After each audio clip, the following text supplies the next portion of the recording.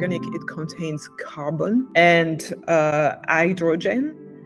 And what may be surprising is in that context, with that definition, PVC would be an organic polymer when it's artificially made. So that's just, and cellulose as well, which is naturally made. I had a chat with ChatGPT about it. And they divided the term up in three ways: organic as a chemical term, organic as an agricultural term, and organic as a descriptive term, like natural, unadulterated, something produced without any additives, those kind of things. But the chemical term was, again, the one that was really interesting because it was the shocker.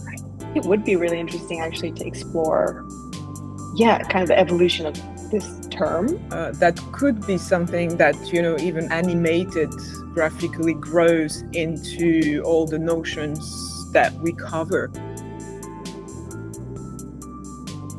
In chemistry, organic pertains to the study of carbon-containing compounds and their properties, reactions, and structures. In biology, organic refers to compounds or substances that contain carbon atoms bonded with hydrogen, oxygen, and other elements. Organic compounds are essential for life and are building blocks of living organisms. In the context of farming and food production, organic refers to a method of agriculture that avoids the use of synthetic chemicals such as pesticides and fertilizers. Organic farming relies on natural practices to promote soil health and biodiversity. In the context of food and nutrition, organic describes food products that are produced without the use of synthetic chemicals or genetically modified organisms, GMOs. In environmental science, organic can refer to the matter derived from living organisms that can decompose and be recycled by natural processes. Organic matter plays a crucial role in nutrient cycling and soil fertility. In the context of sustainability and the circular economy, organic can refer to materials or products that are biodegradable and can be returned to the natural environment without causing harm, supporting the principles of a circular and regenerative system. There's also organic design. Curved linear shapes, natural inspiration, biomimicry, and use of natural materials all fall under the category of organic design. What we wanted to concentrate on is rather things, because the discussion started with decomposition, compostable, biodegradable, stuff like that. So this is what we are mainly trying to focus on. Then I'm curious about recycling or reclaiming systems for natural materials. We know that there's stuff coming through with textiles in particular, but what else is coming through? I did a little research lately on composting, and there's a new standard for composting in the field or in an industrial site, because a lot of the composting testing at the moment is done in the lab. That's where I'm thinking, is looking at like food waste and how we're kind of addressing the end of life of these organic materials. Or in New York, it's called organic recycling. So that's how I'm kind of viewing it too. But I think it's interesting everyone's perspective. So in my mind, there is no like wrong answer for anyone. It's all, it's subjective and it's interpretive. So I think that's the beauty of it too.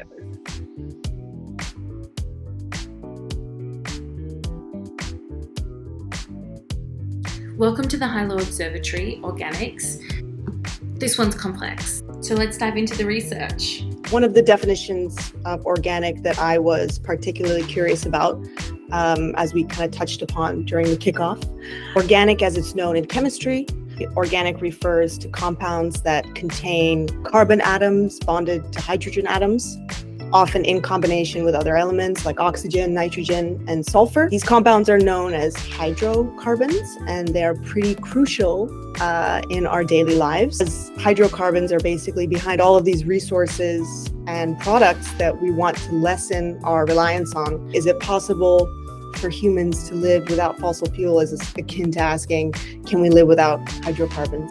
They are utilized in the production of plastics, synthetic rubbers, solvents, and various other industrial chemicals. So it was a definition of organic that I didn't expect. I started to zoom in on fuels and fossil fuels, actually. What are fossil fuels? Fossil fuels are a type of energy-rich natural resource that is formed from the remains of plants and animals that lived millions of years ago. So it's really the burning of that and the transformation process to turn it into products we use today that is the problem. In my research, I stumbled upon an article on climate change titled "The 4 Ingredients the Modern World Can't Exist Without." Cement, steel, plastics, and also ammonia are all materials which are indispensable to us right now, and they require fossil fuels, and global consumption is only set to increase. Does anyone know or would like to guess how many years of oil reserves we have left and who has the largest number of oil reserves? Is it like OPEC or? Is it Venezuela? Actually, Venezuela. So, well, that's Do you know how I know this? This is so from the Amazon series Jack Ryan. It was set in Venezuela. How many years of reserves do we have left? Okay. 5? 50. 90. 47 years left of oil left in the world. There's a live countdown that's happening on this on a website called worldofmeters.info.oil. All that being considered, we know that switching to alternative sources of fuel, of energy is a must. There's one company that I came across who claim make the world's most critical chemicals, materials, and fuel from air with revolutionary carbon transformation technologies. This is carbon capture technology, essentially. So a new company called 12. So instead of taking carbon from the ground in the form of fossil fuels to produce products, they're taking the carbon that's in the air. They are taking a biomimicry spin on it. It replicates photosynthesis at industrial scale. And just like a plant in nature would, we're able to use CO2 and create useful products with just water and renewable energy as inputs. I also came across a company that's creating a business all around oil collection and recycling. So they transform hydrocarbon waste produced by ships into high quality reusable products. Their treatment and recycling facilities can process up to 100,000 tons per year, and their process allows them to obtain clean fuel, or what they like to call enhanced fuel oil, the performance of which is comparable to original fuel. I like that you went the organic chemistry route, because honestly it does my head in a little bit. So I approached this month in the way that my understanding about the term organic has evolved. It was in the late 90s for me when the word organic was starting to be used in reference to fruit and vegetables. I included here a few case studies globally of supermarket brands who've come up with this whole idea of ugly fruit and vegetables and marketed it for both the absurdity of the physical nature of the odd things, and then also from the cost savings. Intermarché in France, who was quite famous in 2014, the imperfect food company who's partnered with Whole Foods. And then in Australia, Woolworths has done a whole thing on the Odd Bunch. I couldn't resist including my favorite textile fiber at the moment, which is a hemp fiber. It's a company that we know quite well, Seth, created a process for basically getting the hemp fibers into a more finer form, which makes them more of a viable alternative to cotton. Hemp, as we know, can grow quite organically because it doesn't need fertilizers, it doesn't need irrigation in a way that cotton or other natural fibers do. Our work as consultants, we know we've been doing a lot of work on the circular economy, and we usually divide that into the technical cycles and the organic cycles. A lot of the things that we send to landfill is actually organic waste that we could be composting or cycling in other ways. What happens to that organic waste and why it's such a big problem? So a bunch of machinery that's coming up, soil food being one example, that can allow you to have this machine on site, and they basically dehydrate the food. So they shred it, heat it, and that causes all the moisture to turn into steam and condense in a separate container.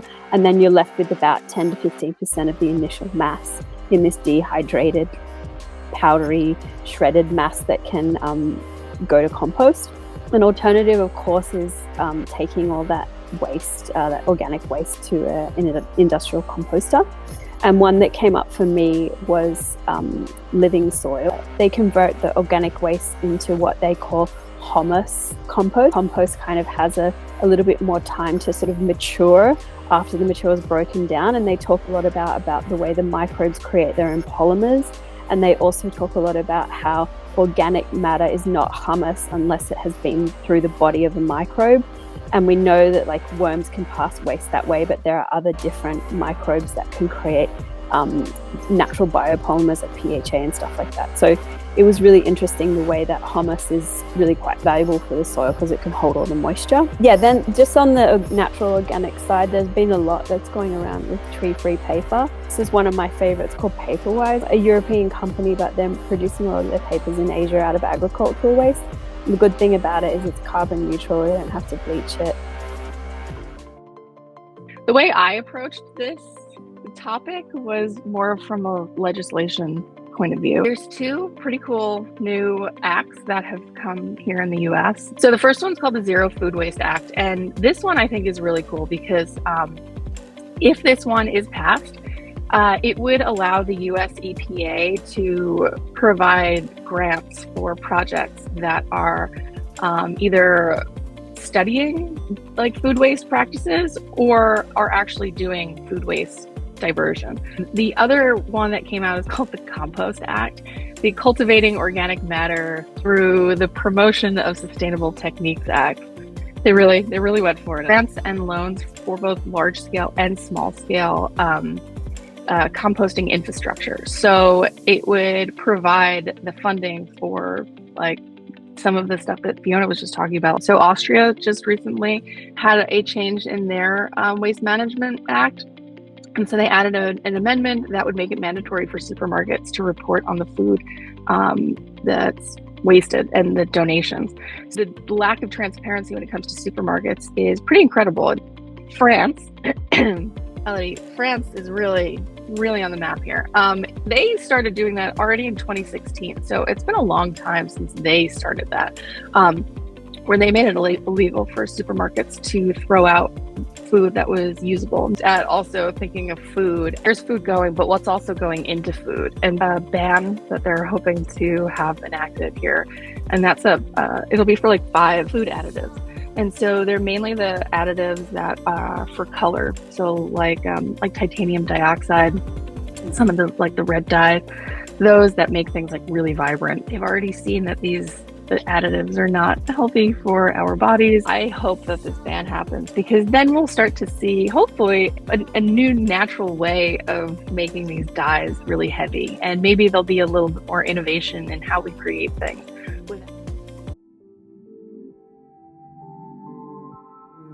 I really like also what you pointed out, Fiona, as the early fruit and vegetable initiative. And indeed, in French supermarket, they exploited that a lot. Maybe the recycling fuel, because it acts on various levels. Use of compost, which is also frightening me because in France, starting this January, we will also have to have that thing in our house. And I don't know how I'm going to cope with that. So 3.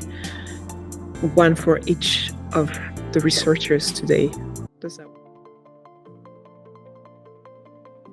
I was fascinated when I realized that in fact oil comes from organic matter. We had a debate when we were working on the encyclopedia with my mother, by the way, who is a geologist in terms of background, like where to put petroleum and crude oil. Should it be linked to organic living matters, or like because it's considered fossil based, you have a tendency to put it in the mineral category. So yeah, so that was an interesting discussion and realization. Quick description of what organic actually means from our Materials Encyclopedia by Elodie. In the field of chemistry, organic matter is defined as always containing carbon, most often in combination with hydrogen. It would be simple to assume that inorganic matter is therefore defined by its absence of carbon. However, some compounds containing carbon are considered to be inorganic. For example, carbon monoxide, carbon dioxide, or carbonates. But as soon as a molecule contains both carbon and hydrogen, it is considered as organic. Organic matter originates from living organisms, remains of waste or vegetal or animal species. It includes nucleic acids, fats, sugars, proteins, and enzymes, whereas inorganic matter includes metals and salts, for instance. Minerals are considered inorganic, although some mineralogists have come up with classes of organic minerals, and some minerals, like carbonates, contain carbon.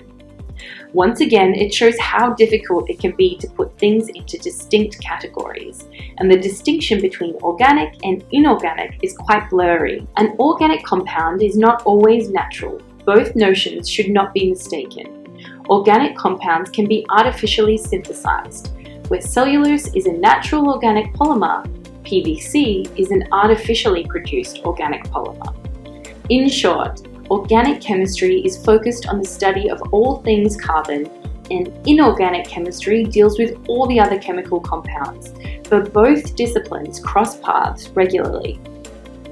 Organic is also a very trendy term employed to designate a whole range of products using materials coming from an agriculture practice based on environmentally friendly principles, such as crop rotation, biological fertilization, pest control, and animal welfare. Organic farming is strictly regulated in many countries. Products need to be certified in order to be labeled as organic. Organic food, organic cosmetics, as well as organic fibers to manufacture fabrics, such as jute, cotton, silk, or wool, are nowadays available on the market to guarantee a best preservation of our environment and better treatment for livestock. However, one should never neglect the fact that when it comes to manufacturing clothes, the choice of fiber is not the only parameter to play with when it comes to being more sustainable. A t-shirt made from organic cotton may have undergone several finishing processes, dyeing to name only one, detrimental to the environment, and/or may have been made under social conditions that could be questionable. Certifications such as GOTS, the Global Organic Textile Standard, can help us to select the more sustainable options.